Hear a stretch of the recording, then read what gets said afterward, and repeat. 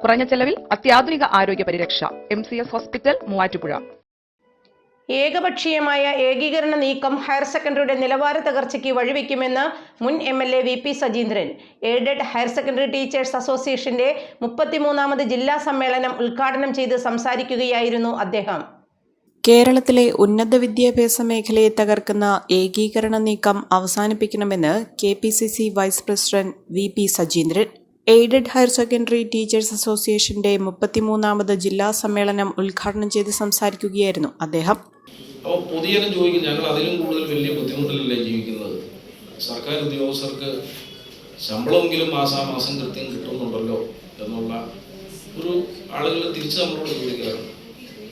പക്ഷെ ഇന്നത്തെ ഈ വിലക്കയറ്റം ഉണ്ടായ സാഹചര്യത്തിൽ, കാരണം ഒരു രീതിയിലും ജീവിക്കാൻ പറ്റാത്ത ഒരു സാഹചര്യമാണ് ഇപ്പോൾ കേരളത്തിലുള്ളത്.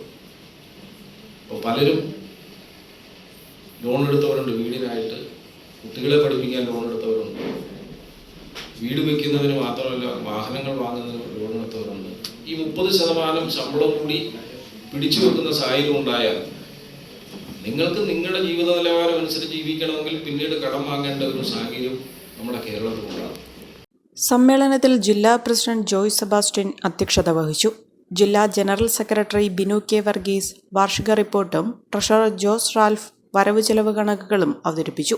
സംസ്ഥാന വൈസ് പ്രസിഡന്റ് TN വിനോദ്, സംസ്ഥാന സെക്രട്ടറിമാരായ ബിസോ ജോർജ്, ജിജി ഫിലിപ്പ്, ഷാനോജ് എബ്രഹാം, സംസ്ഥാന സമിതി അംഗങ്ങളായ Suresh Kumar S, Emil K. John, Thomas Mathew, principal forum chairman doctor T. Radhakrishnan, PV Jacob, Tindu Paulose, bank president Ani Ben Kunnath എന്നിവർ പങ്കെടുത്തു.